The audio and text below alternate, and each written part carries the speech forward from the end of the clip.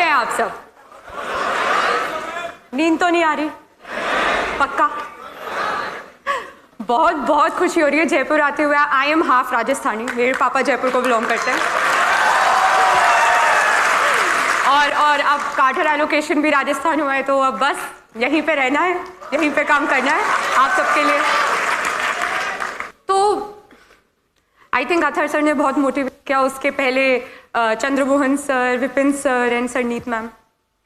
Civil services हम जब भी सोचते हैं तो बहुत सारी चीजें, अच्छा लाल बत्ती, अच्छा रुतबा है, अरे वाह, इतनी रिस्पेक्ट मिलेगी, एक ग्लैमर भी है, और हम इन सब चीजों से अट्रैक्ट हो जाते हैं कि यूपीएससी की तैयारी करेंगे, सिविल सर्विसेज देंगे। पर ये जो पूरी जर्नी होती है ना प्रिपरेशन की, ये सबको पता ही है, काफी मुश्किल होती है। और फिर अगर इन्हीं चीजों से मन भरता है तो 5-10 दिन बाद ये सब चीजें आपको मोटिवेट ही नहीं करेंगी, और फिर आप क्या सोचेंगे, जब रोज पढ़ना पड़ेगा 10-10 घंटे, हमसे नहीं हो पाएगा। ऐसे वैसे काफी सारे लोग प्रिपरेशन कर रहे होंगे already. How many of you feel हमसे नहीं हो पाएगा? ये फीलिंग आती किस किस को है? अरे सच बताओ, किस किस को लगता है कि हर दूसरे तीसरे दिन ऐसे ख्याल आता है, नहीं हो पाएगा, बहुत मुश्किल है, हमसे नहीं हो पाएगा? नहीं, ये सच बता रही हूँ, ये सबको लगता है, ये मुझे हर दूसरे तीसरे दिन लगता था। Everybody feels this way.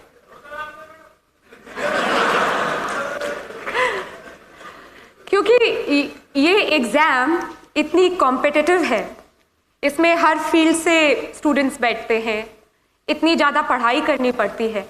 ये वाजिब है कि आपको हर दूसरे तीसरे दिन लगेगा कि बहुत मुश्किल है। तो हर दिन अपने आप को कैसे मोटिवेट करें, कैसे अपने आप को याद दिलाते रहें कि नहीं, सिविल सर्विसेज करनी है, मुझे आज 9-10 घंटे पढ़ना है, कैसे कैसे अपने आप को पुश करते रहें। वो तभी होगा अगर हम ये जो लाल बत्ती, रुतबा, इन सब से हटकर एक्चुअली जो ग्राउंड रियलिटी है कि सिविल सर्विस क्यों करना है, क्यों सिविल सर्वेंट बनना है, अगर वो एक्चुअली जो वो विजन है, अगर हम उस पर फोकस करें, तो ही हर सुबह आप उठेंगे और फिर से वो रूटीन फॉलो करेंगे 10-10 घंटे पढ़ने वाला।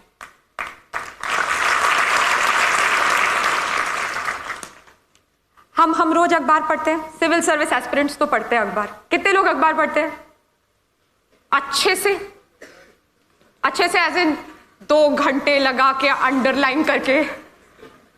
नहीं, और हाथ दिखाओ, ऐसे मत करो। सो हम पढ़ते हैं और चीज़ों के बारे में जानते हैं। अच्छा, यहाँ पे रोड ठीक नहीं है, यहाँ का पानी गंदा है, हवा जहरीली है, इंफ्रास्ट्रक्चर बेकार है, उतनी जॉब्स है नहीं जितनी चाहिए। हम बहुत क्रिटिसाइज करते हैं, सरकार ये नहीं कर रही, वो नहीं कर रही। पर कितने लोग हम एक्चुअली सोचते हैं कि अच्छा, हम पढ़ ले ये, हम फिर ये प्रोफेशन ज्वाइन कर ले और फिर हम कुछ चेंज लाए? कितने लोग सोचते हैं? अरे वाह, जयपुर तो भाई कमाल है। यहाँ पे पहले से मेरे बोलने की जरूरत ही नहीं है, पहले ही विजन बने हुए। जी। सो अगर आप हर दिन जब अखबार पढ़ते हैं और इन सब मुद्दों पर सोच विचार करते हैं, तो फिर हर दिन आप मोटिवेटेड रहेंगे। अगर आप में वो चाहत है कि जब मैं सिलेक्ट होकर सिविल सर्वेंट बनूं, मैं कुछ बदलाव लाऊं अपने एंड पे, जो मैं क्रिटिसाइज करता रहता हूं, कंप्लेन करता रहता हूं, करती रहती हूं, अगर मैं सिलेक्ट होकर मैं कुछ चेंज ला सकूं, तो आप बिल्कुल सही रास्ते पे चल रहे हैं।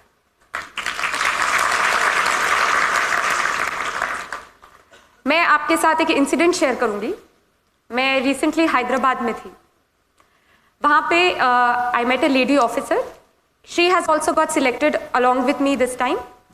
उनकी स्टोरी एक्चुअली बहुत हार्ट टचिंग थी, टच्ड माई हार्ट। तो इनकी शादी बहुत जल्दी कर दी गई, और इवन शादी के पहले जब ये अपने पेरेंट्स के साथ रहती थी तो इनके साथ बहुत डिस्क्रिमिनेशन हुआ, इनके भाइयों को ज़्यादा एजुकेशनल अपॉर्चुनिटीज़ मिली और इनको एकदम, जैसे वो मुझे बता रही थी कि इनको कुछ नहीं समझा। फिर इनकी शादी करा दी गई। शादी करा दी गई तो हस्बैंड ने कुछ नहीं समझा, इन लॉज ने कुछ नहीं समझा। उनका बहुत मन था कि वो सिविल सर्विसेज एग्जाम दें, पर कोई सपोर्ट ही नहीं था। यहाँ पे हम बात करते हैं काफ़ी लोगों की कि चलो हालात ठीक नहीं थे बट फैमिली सपोर्ट था, कोई ना कोई था तो गाइड करता रहा, सपोर्ट करता रहा और इसलिए सक्सेस मिल गई। ये एक ऐसी कहानी है जहाँ सर्कमस्टेंसेस भी फाइनेंशियल इतने अच्छे नहीं थे और कोई सपोर्ट ही नहीं था, और इनका बहुत मन था कि सिविल सर्विसेज करना है, तो कैसे भी लड़ झगड़ के फर्स्ट अटेम्प्ट दिया, नहीं हुआ। एंड पेरेंट्स ने बहुत सुनाया, इन लॉज ने बहुत सुनाया, हस्बैंड का तो कोई सपोर्ट ही नहीं था, पर इनमें बहुत चाहत थी कि नहीं, मैं देश के लिए कुछ करना चाहती हूँ, मुझे सिविल सर्विसेज करना है, मुझ में वो पैशन है। इन्होंने दूसरा अटेम्प्ट किया, फिर भी नहीं। तीसरा अटेम्प्ट दिया, फिर भी नहीं हुआ। रिश्तेदार पता ही कैसे होते हैं, सुना के उनको इतना परेशान किया, उनका हस्बैंड उनसे अलग रहने लग गया। फोर्थ अटेम्प्ट दिया, फाइनली हो गया, इंडियन फॉरेन सर्विस। एंड हम इस फायर, इस पैशन की बात कर रहे हैं जो चाहिए इस एग्जाम को क्लियर करने के लिए। इतनी इतनी इतनी इतनी हिम्मत चाहिए कि चाहे कोई भी ऑड हो, कोई भी कठिनाई हो, कोई भी डिफिकल्टी हो, आप कर सकते हैं। देखिए, ना ही वो कोई रईस खानदान से थी और फैमिली सपोर्ट नहीं था, हस्बैंड आपसे अलग रहने लग गया। सोचिए किस परिस्थिति में दिया, और चौथे अटेम्प्ट में। तो ये this is the passion we are talking about. Michael Phelps का नाम सुना है आप सबने? तो बीजिंग ओलंपिक्स जब हुए थे उसके जस्ट आप समझ लीजिए 1-2 महीने पहले की बात होगी, उनका एक्सीडेंट हुआ। डॉक्टर ने बोला कि उनका शायद राइट हैंड इंजर हो गया था, and he said, doctor said that I don't think अभी आप यूज राइट हैंड से कर पाएंगे, कि ज़्यादा चोट लगी है। ही सेड तो क्या हुआ, पैर तो है। And then he went on to win 8 medals in Beijing Olympics. तो कितनी मुश्किलें आती हैं, कितनी परेशानियां आती हैं, पर अगर वो दिल और दिमाग में है कि नहीं करना है तो करना है, और लोग फिर करके दिखाते भी हैं। सिविल सर्विसेज, जैसे कि मैंने कहा कि काफ़ी मुश्किल परीक्षा होती है, देश की सबसे कठिन परीक्षा होती है। इतने सारे लोग बैठते हैं, हर दूसरे दिन मैंने बताया ऐसा लगता है हमसे ना हो पाएगा। तो ये जो मेंटालिटी है, इसको टैकल करने के लिए आपको सबको अपने लिए वो एक वजह ढूंढनी है। वो एक वजह ढूंढनी है कि आपको वो क्या चीज़ मोटिवेट करती है, क्योंकि आएंगे सबके जीवन में किसी ना किसी प्रकार की कोई ना कोई डिफिकल्टी, कोई ना कोई परेशानी आएगी। कभी कुछ हो जाएगा, कभी आपके पास वो मीन्स नहीं होंगे, कुछ ना कुछ होगा। बट अगर वो एक सोच है आपके दिमाग में, तो वाकई आप फिर आपको कोई रोक ही नहीं सकता। इस परीक्षा में जैसे कि 3 भाग होते हैं, प्रीलिम्स, मेंस एंड इंटरव्यू। काफ़ी लोग मुझसे पूछते हैं कैसे प्रिपेयर करें, फर्स्ट स्टेप क्या होता है प्रिपरेशन का। और मैं सबको यही कहती हूँ कि फर्स्ट स्टेप है कि आप पूरा यूपीएससी सिलेबस याद करें, मेमोराइज करें, अपने दिमाग में बिठा लें। क्योंकि अगला सवाल वो होता है कि न्यूज़पेपर कैसे पढ़ते हैं। न्यूज़पेपर ऐसे पढ़ते हैं कि जब आपके दिमाग में वो पूरा सिलेबस बिल्कुल छपा हो, तो जब आप अगले दिन अखबार पढ़ेंगे तो ऑटोमेटिकली आपका खुद दिमाग बोलेगा, अच्छा ये मेरे एग्जाम से रिलेटेड है क्योंकि ये सिलेबस टॉपिक में था, अच्छा ये नहीं है क्योंकि ये सिलेबस टॉपिक में नहीं था।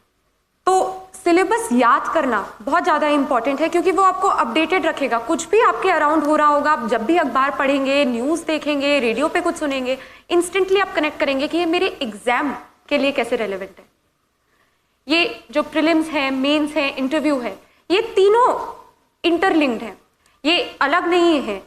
प्रीलिम्स आपका बेस बनाएगा, मेंस में आपको अपने बारे में बताना है, इन द सेंस कि आपके क्या ओपिनियंस हैं, आपके क्या सोच विचार हैं मुद्दों पर।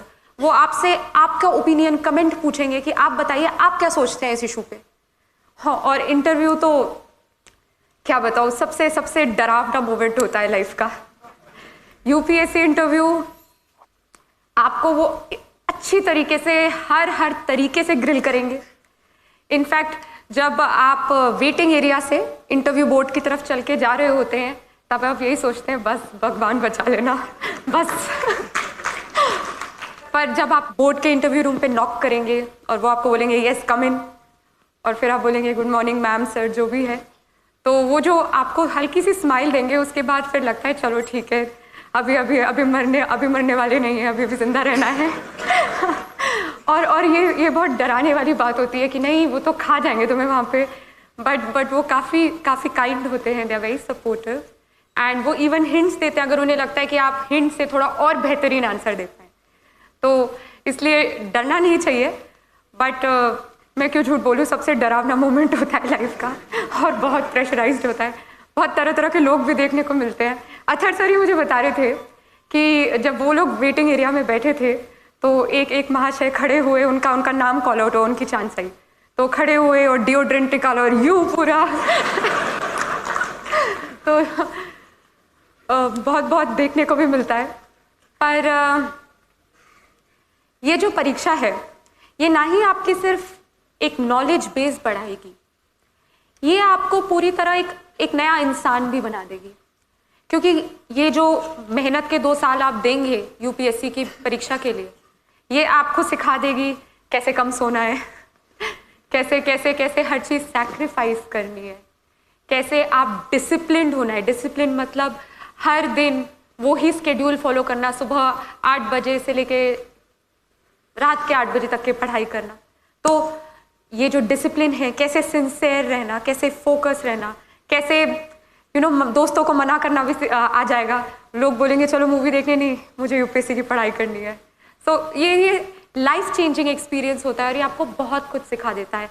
जो मुद्दे चल रहे हों आपके आसपास देश विदेश में, आप इतना पढ़ेंगे उन पे कि आपके ओपिनियंस बनने लग जाएंगे कि नहीं ये गलत है, ऐसा होना चाहिए, या ये सही है, ये बिल्कुल ठीक हो रहा है।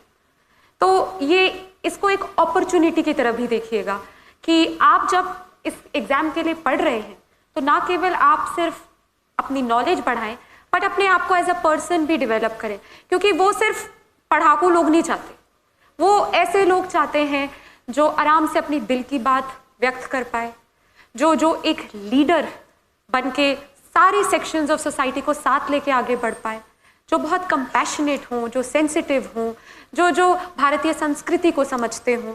तो ये एग्ज़ाम सिर्फ एक नॉलेज एक्वायरिंग एग्ज़ाम नहीं है, ये एग्ज़ाम आपको एज एन इंडिविजुअल भी चेंज करती है और आपको एक अपॉर्चुनिटी की तरह से देखना चाहिए कि आप कैसे एक बेहतर रिस्पॉन्सिबल सिटीजन बन पाए। तो ये पूरी फिलॉसफी है इस एग्ज़ाम की। अब अगर हम बात करें कि इस एग्ज़ाम में इतना डर लगता है, इतनी कंपटीशन है, हाँ है, बट अगर आप में वो सोच है, आप रेडी हैं कि नहीं मैं कल अगर मुझे कोई बर्थडे पार्टी में इनवाइट करे और मैं मना करके फिर भी पढ़ सकता हूँ, आप में वो सैक्रिफाइसिंग एबिलिटी आ गई है, तो फिर सीरियसली इस एग्ज़ाम में और कुछ चाहिए ही नहीं। इस एग्ज़ाम में चाहिए एक हार्ड वर्क, डेडिकेशन, सिंसेरिटी और आई थिंक सबसे ज़्यादा एक हैप्पी आउटलुक, एक पॉजिटिव आउटलुक। हम लोग सोचते हैं कि यूपीएससी की पढ़ाई बस कमरा बंद करके बैठना है, सुबह 4 बजे उठना है, भगवान की पूजा करनी है, ये है वो है, ये सब तो ठीक है, बट इससे ज़्यादा इम्पॉर्टेंट है कि आप एक बहुत ही पॉजिटिव पर्सन बने रहें पूरे वो 2 साल। पॉजिटिव इन द सेंस कि आप खुश मिजाज ही रहें। आप ये नहीं कि कमरा बंद कर दिया, सबसे नाता तोड़ दिया, सब फ़ोन वोन बंद कर दिया। हम नॉर्मल इंसान हैं, हमें भी एक आम इंसान की तरह बातचीत भी करनी है, पढ़ाई भी करना है और एक नॉर्मल बैलेंस्ड माइंड भी रखना है। तो मैं तो सबको यही कहती हूँ कि हर 15 दिन 1 दिन बाहर के लिए निकालिए, कहीं घूम के आइए, दोस्तों से मिलिए और पेरेंट्स से तो हर दिन बात करनी चाहिए, क्योंकि वो आपको कॉन्स्टेंटली बूस्ट करते रहेंगे, मोटिवेट करते रहेंगे कि जब भी आपको अच्छा ना लगे कि शायद नहीं हो पाएगा, शायद मैं उतना नहीं पढ़ पाऊंगी या पढ़ पाऊंगा, तो वो आपको हमेशा याद दिलाते रहेंगे कि नहीं, आप में वो काबिलियत है कि आप इस एग्जाम के लिए बैठ सकते हैं, आप में वो काबिलियत है कि आप एक अच्छे सिविल सर्वेंट बन सकते हैं। और खुदा ना खास्ता अगर ना भी हो सिविल सर्विसेज में, तो अगर वो सोच है कि मुझे कुछ करना है, तो आप किसी और तरीके से करेंगे। और वाकई अगर एक दरवाजा बंद होता है दूसरा खुलता है, और अगर एक चीज हासिल ना हो तो हमेशा याद रखिए भगवान ने आपके लिए और बेहतरीन चीज रखी है।